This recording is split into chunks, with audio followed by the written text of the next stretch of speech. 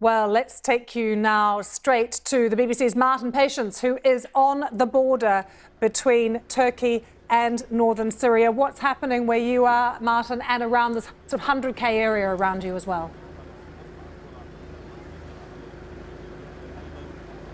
Well, a short while ago we saw Turkish shelling into the Syrian town behind me. It's about a kilometre away, and that's been the real focus of fighting in the last few hours. We know overnight there was heavy clashes between Turkish special forces and the Kurdish-dominated Syrian democratic forces in that town. It looks like most of it is now under Turkish control, and that's something that they want to replicate along the border. We also know in one key town there's also been Turkish shelling. That's about 60 to 70 kilometres away from where I'm standing. So this operation, this incursion is ongoing, and we know that Turkish forces are pushing in to a string of towns and villages along this border.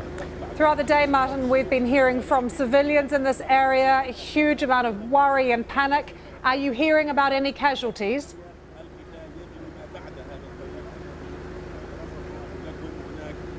We're not hearing about a huge number of casualties.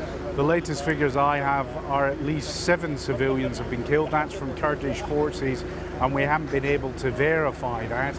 What is clear is there's a great deal of panic across the border. The town behind me is incredibly quiet, and I think that's a situation replicated along this border because civilians are not going to sit and wait. They're going to take their opportunity to flee southwards to a very uncertain future. One man I spoke to in a town said that hundreds of people were simply sleeping in orchards overnight. And let's not forget, this is a country, Syria is a country where half the population has already been forced from their homes.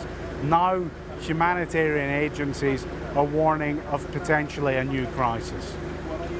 Martin, thanks so much for updating us. The BBC's Martin Patience there, right on the border between northern Syria and Turkey. Well, as the Turkish offensive unfolds, we are watching to see what it will mean for thousands of Islamic State fighters being kept in Syrian prisons close to the border. The Syrian Defence Force says it is detaining more than 12,000 men suspected of being IS members in 7 prisons. At least 4,000 of those prisoners are foreign nationals. Now, the SDF has said its fighters will continue to guard the prisons and camps. It's unclear whether they will continue to do so if fighting breaks out. Meanwhile, as the US has been moving some of the more high-profile prisoners out of the area, this includes 2 of the so-called IS Beatles, Shafee, Elsheikh, seen here on the left, and Alexanda Kotey on the right, accused of being part of an Islamic State group cell which tortured and murdered nearly 30 Western hostages in Syria. Well, let's bring in our security correspondent, Gordon Carrera, first to those IS prisoners. How many of them are there? How are they guarded? And what's the threat there, Gordon? Well, there's a mix because you've got some very large prisons which have a number of fighters, and a lot of those fighters are from Iraq and Syria. And then you have smaller situations where you have what are called high-value detainees, which are some of the more serious foreign fighters that other countries have been worried about. What we've seen then is the US appearing to act on some contingency plans it had to go after some of those high-value detainees, which it thinks are particularly significant, and try and move them. And so, as well as the 2 we heard of, the 2, Shafee, Elsheikh and Kotey, it appears there's a list of maybe about 40 or 50 that the US wants to move, and it looks like it's going to move those to Iraq and to a holding place in Iraq. For how long, it's a bit unclear. But with the wider issue of the other thousands of prisoners, I think that is where there is a lot of concern, because in some of those big camps, there's been quite a lot of unrest. Those guarding them have already struggled to sometimes keep order in them. And the fear is that if those Kurdish guards are moved away, if they have to move away, if the prisoners try and make a breakout, if something happens there, you could suddenly have a large outflux of IS detainees. And what will happen to them next? And there's a longer term question there, which is, will they rejoin the fight? Will they, in some cases, if they're foreign fighters, go back to Europe?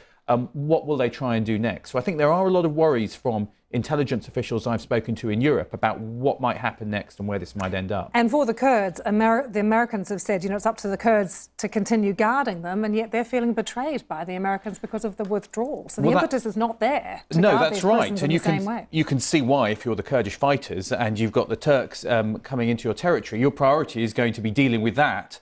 But they also do know that these detainees in some cases are an important bargaining chip, especially the high-value detainees. So quite what happens with all of them, I think we'll have to see. But certainly there's a lot of concern, both about the numbers and about some of those specific detainees. And we have seen the US act, at least so far, in some of those cases. How many, who the others are beyond those two known as the Beatles, that's not quite clear yet who they might be. Yeah, we will have to wait and see. Gordon, thank you very much.